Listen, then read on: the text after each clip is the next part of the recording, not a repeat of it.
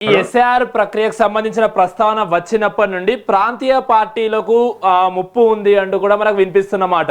So ఇప్పటికీ మీరు SIR ప్రక్రియని సమర్థిస్తున్నారా? అదేవిధంగా మీ దగ్గర ఉన్నటువంటి గ్రౌండ్ లెవెల్ రికార్డ్స్ ప్రకారం ఎస్ఐఆర్ ప్రక్రియ ఏ విధంగా జరుగుతుంది? సక్రమంగా జరుగుతుందా లేదా? ఎస్ఐఆర్ అనేది కొంత ఇందులో బిఎల్ఓలకు కన్ఫ్యూజన్గా ఉన్నది. అడ్రస్ ఒక దగ్గర ఉంటే ఎపిక్ నెంబర్ కొడితే గతంలో లాస్ట్ టైం ఇచ్చిన పోలింగ్ స్టేషన్ నెంబర్ ఒక దగ్గర ఉన్నా కూడా ఇప్పుడు ఆ ఎపిక్ నెంబర్ నుంచి ఇప్పుడు కొడితే అది ఎక్కడో వేరే డివిజన్లలో వస్తున్నది. అలాంటి పరిస్థితులు చాలా ఉన్నాయి. అలాంటిది కాకుండా ప్రభుత్వం కూడా దీన్ని పారదర్శకంగా తీసుకొని ఇప్పుడు మేము మా పార్టీ తరఫున బిఎల్ఓలకు కొన్ని విషయాలలో తెలియకున్నా కూడా మా పార్టీ కార్యకర్తలు వెంబడి ఉండి చూపిస్తున్నారు. కానీ దొంగ ఓట్లు అనేది దీని ద్వారా ఎస్ఐఆర్ ద్వారా దొంగ ఓట్లు అనేది పూర్తి స్థాయిలో తీసివేయబడుతున్నది.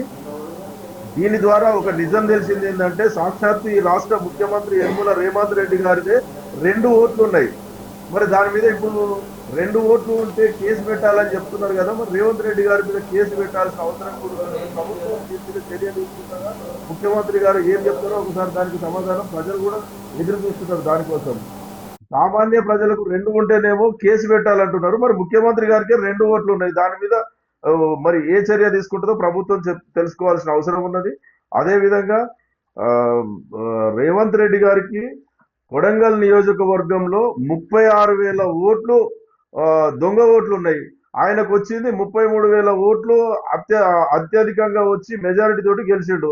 అంటే ఆయన కేవలం కర్ణాటక రాష్ట్రం నుంచి వచ్చిన దొంగ ఓట్లతోటి మాత్రమే కొడంగల్లో గెలిచిండు. ఆయన గెలిచే పరిస్థితి లేదు. మొన్న జూబ్లీహిల్స్ ఎలక్షన్ లో కూడా అన్ని దొంగ ఓట్ల ద్వారానే కాంగ్రెస్ పార్టీ గెలిచింది.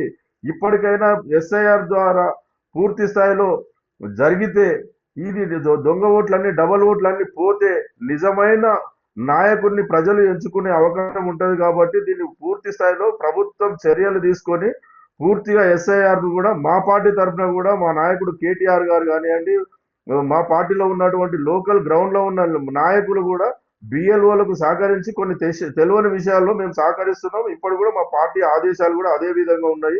కాకపోతే కొంతమంది కన్ఫ్యూజన్ లో ఉన్నారు. ఇప్పుడు ఏవైతే వారు ఫామ్స్ ఇచ్చినవి కూడా ప్రజలకు కొన్ని విషయాలలో తల్లిదండ్రులది 2002కు సంబంధించిన విషయంలో కూడా కొంచెం ఫామ్ నింపాలంటే కన్ఫ్యూజన్ లో ఉండి ఇచ్చిన వాటిలో ఇప్పుడు 20% 30% రిటర్న్ వచ్చినాయి. కానీ ఇంకా రావాల్సినవి చాలా ఉన్నాయి. ఇంకా సమయం పొడిగించి పూర్తి స్థాయిలో దీన్ని పారదర్శకంగా తీసుకొని చెయ్యాలి. డబల్ ఓట్లు అనేవి తీసివేయాలని చెప్పేసి మా పార్టీ తరఫున సూచిస్తున్నాం.